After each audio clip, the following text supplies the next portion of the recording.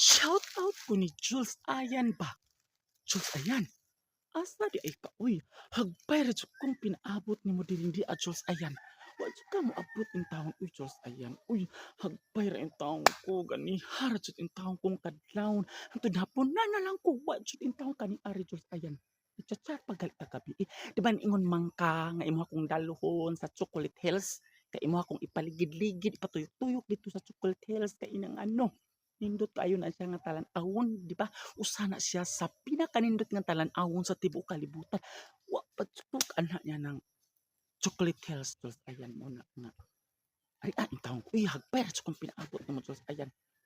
Kagaan lang ka na kung second chance, Diyos. Ayan. Uy, kaya nang ano. At least, pakinapog ko og Chocolate Hills. Kung sa di ng Chocolate Hills, di ay kaya nang ano. Ignorante kay ko ang Chocolate Hills. Kanahan sa kumakanak na manang magpaabot ko hanto sa sunod. Ari on dayon sa inyo mo.